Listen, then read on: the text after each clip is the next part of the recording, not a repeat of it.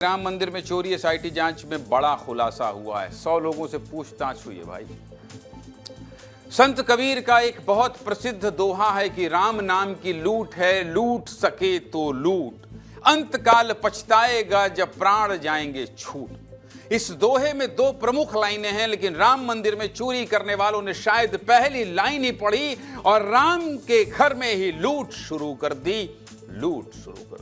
राम मंदिर दान चोरी मामले में एसआईटी ने अपनी पहली रिपोर्ट तैयार कर ली। इस रिपोर्ट में एसआईटी ने क्या कहा है और दान चोरी के मुख्य किरदार कौन कौन हैं, चलिए आपको विस्तार से बता देता हूं। देखिए, राम मंदिर में दान चोरी का मामला पहली बार 7 जून को सामने आया था, जिसके बाद उत्तर प्रदेश सरकार ने 3 सदस्यीय एसआईटी का गठन किया। एसआईटी ने 2021 से अब तक के सभी रिकॉर्ड खंगाले हैं। मंदिर ट्रस्ट से जुड़े 100 से ज्यादा लोगों से पूछताछ की गई है। कितने से ज्यादा? 100 से ज्यादा लोगों से। और 6 दिन की जांच में 150 संदिग्धों के नाम सामने आए, जिनमें से 25 लोगों पर कार्रवाई हो सकती है।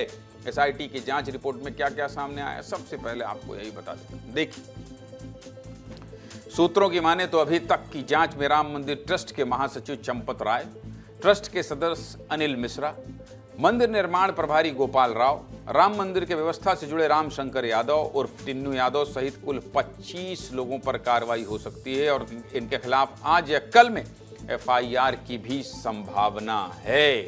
एसआईटी की रिपोर्ट में यह भी पता चला है कि नोट गिनने वाले कर्मचारियों से लेकर बैंक के कर्मचारी सबकी भूमिका शक के दायरे में। कितने पापी हैं सोचिए। एसआईटी की जांच में 3 तरह की गड़बड़ियां मिली। पहली, दान पेटी में जो चढ़ावा आया, सोने चांदी का दान आया, उसकी चोरी की गई। दूसरा, मंदिर के लिए जमीन खरीदने में भी गड़बड़ी की गई। सूत्रों का कहना है कि जमीन के मार्केट रेट से 17 गुना ज्यादा पैसे देकर जमीनें खरीदी गई। तीसरा, निर्माण सामग्री में कमीशन खोरी। सूत्रों का दावा है कि मंदिर निर्माण के लिए जो सामने आया उसमें 40% कमीशन खाया गया है।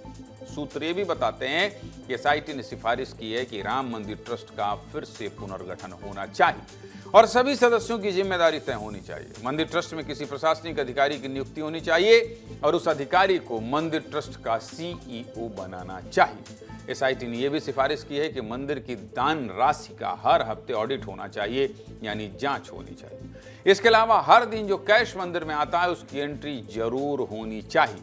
एसआईटी की अगली सिफारिश है सीसीटीवी का डाटा बैकअप 45 दिनों से बढ़ाकर 180 दिन करना चाहिए। इसके अलावा चंपत राय, अनिल मिश्रा, गोपाल राव और किसी भी संदिग्ध को अयोध्या माफ कीजिएगा छोड़ने की अनुमति ना दी जाए।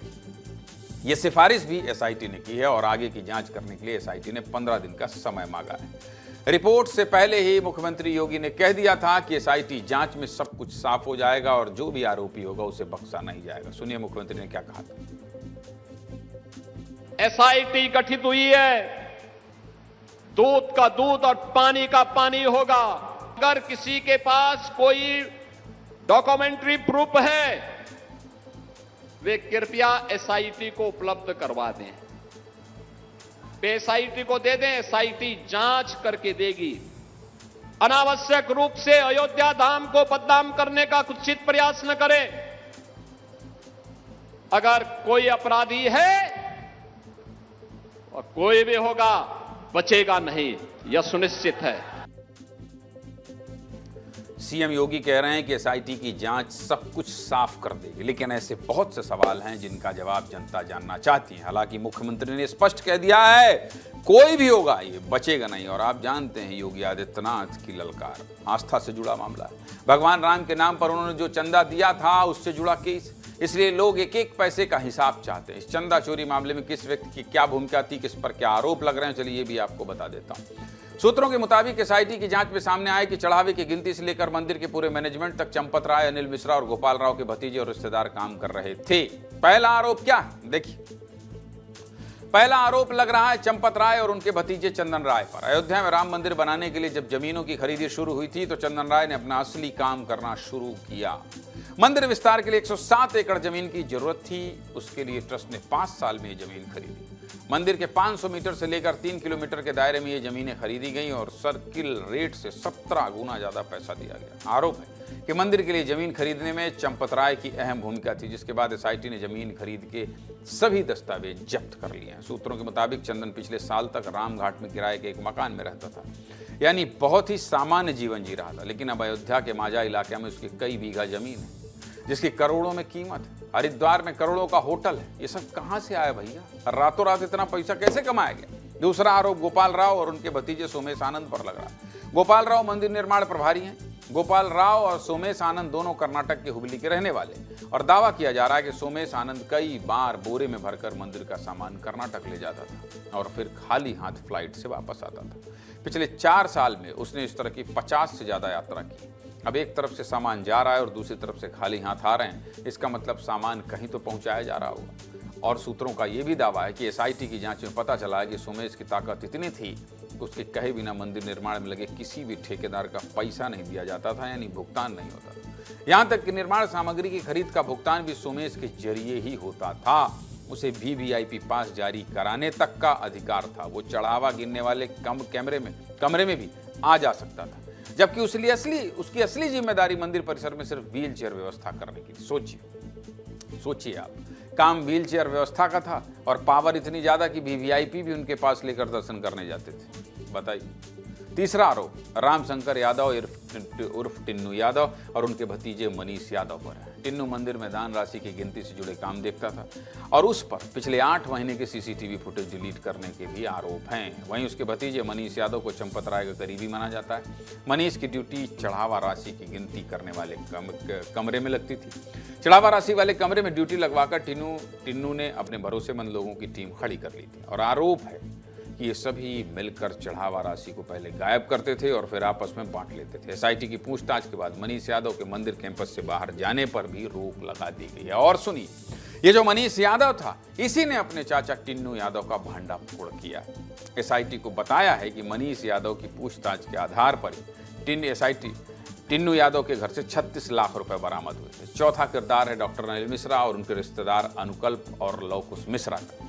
अनुकल्प और लवकुश आपस में जीजा साला है। डॉक्टर अनिल मिश्रा के कहने पर ही अनुकल्प और लवकुश की ड्यूटी चढ़ावे की रकम गिनने में लगी थी। जब ये मामला सामने आया तो ट्रस्ट के लोगों ने लवकुश मिश्रा के घर से 12 लाख रुपए बरामद किए। ये 12 लाख रुपए उसने गोबर के उपलों के नीचे छिपा कर रखे थे। अयोध्या में उसका एक मकान भी बन रहा है। वहीं अनुकल्प मिश्रा ने हाल ही में अयोध्या के कौशलपुरी कॉलोनी में 65 लाख रुपए का मकान खरीदा है।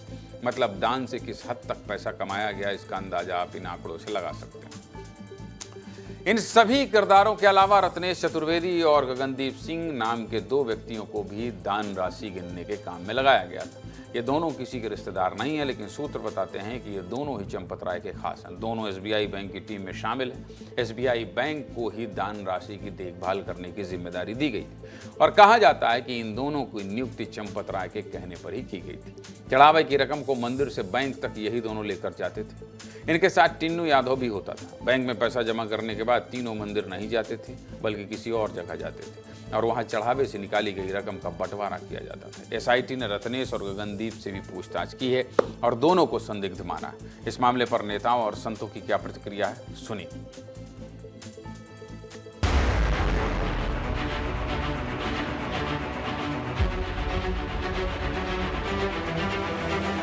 सनातन परंपरा को इतनी बड़ी ठेस पहुंचाना कोई कल्पना नहीं कर सकता था। हमें उम्मीद है कि सच्चाई सामने आएगी। जो भी लोग आरोप लगा रहे हैं, तो जो कुछ उनके पास आरोप के पीछे तथ्य हैं उसको प्रस्तुत करना चाहिए। एसआईटी का समय पूरा हो गया है। जैसे ही जांच रिपोर्ट आएगी, निष्पक्ष कड़ी कार्रवाई होगी। सरकार की प्रतिबद्धता भ्रष्टाचार मुक्त शासन देने को लेकर। आज योगी बाबा कह रहे हैं कि फालतू की बातें मत करिए, जो तथ्य है एसआईटी को दीजिए। तो मैं तो एसआईटी से समय मांग रहा हूं और एसआईटी से मिलकर ये सारे तथ्य और कागजात रखूंगा। देखता हूं क्या कार्रवाई होती है। हम चाहेंगे कि जांच पूरी हो। जिस किसी ने भी कुछ भी दोष किया है, कानून के अंतर्गत कड़े से कड़ा दंड उनको मिलना चाहिए। उम्मीद करिए क्या हो, दूध का दूध पानी का पानी होगा, क्योंकि इसके अंदर इतना बड़ा स्कैम है। ये उसके अंदर कितने लोग इन्वॉल्व होंगे, ये 1-2 आदमियों का काम तो नहीं हो सकता। धार्मिक पवित्रता की आपकी मंशा ही नहीं थी। आपकी मंशा क्या है कि हमको इससे राजनीतिक लाभ कैसे मिले। तो जैसे ही राजनीति आ जाएगी तो फिर पैसों का उपयोग और दुरुपयोग तो होना ही है, उसके साथ लगी हुई बात। निष्पक्ष जांच हो रही है, उसमें कोई लेकिन किंतु परंतु नहीं।